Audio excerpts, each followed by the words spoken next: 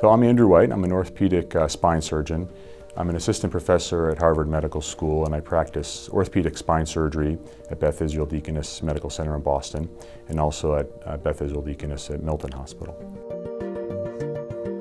My medical training started at Yale Medical School.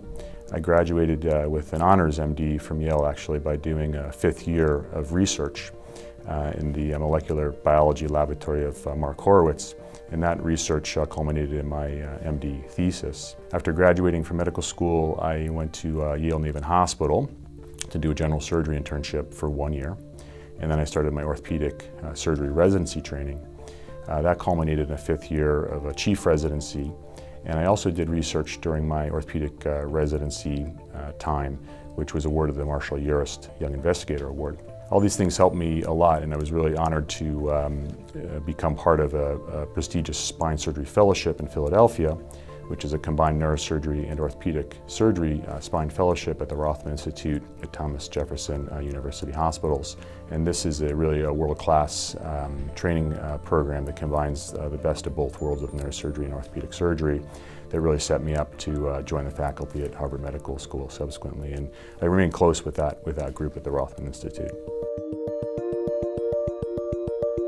I chose to specialize in orthopedic spine surgery primarily because of the remarkable manner in which spine surgeons can help patients. You know, it's not unusual in medical practice or in surgical practice to reduce pain and improve function. That's certainly not unique. But really what's special about spine surgery is the requirement of the surgeon to have particular skill, particular judgment, and also particular experience and knowledge to do the right thing for the patient. You know, among spine surgery practices, there's really a high degree of variability in the way surgeons think and the way surgeons perform, and that really matters to patients. And so I chose a specialty where my skill, my judgment, and my knowledge really makes a big difference to the patient. So when I see a patient do well by performing an elegant operation for them, it's very personally gratifying for me. You know, I really am trying to treat the gamut of all spine conditions, from traumatic things to neoplastic things like cancer and degenerative things. But the conditions I treat most commonly are the ones that exist most commonly in the patient population. And those are mostly the conditions that affect the function of the spinal cord and the nerves. And so these types of conditions, such as lumbar spinal stenosis that can narrow the space available for the nerves and affect the patient's ability to walk, is a very common condition that I treat.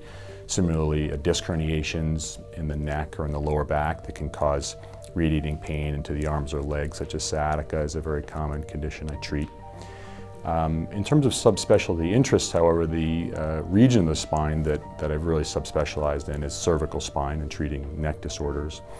And then also I have a real passion for minimally invasive surgery, both from a clinical standpoint and trying to achieve outcomes for patients with a quicker recovery and a safer surgical endeavor as compared to the open surgeries. And that's also a research interest of mine as well.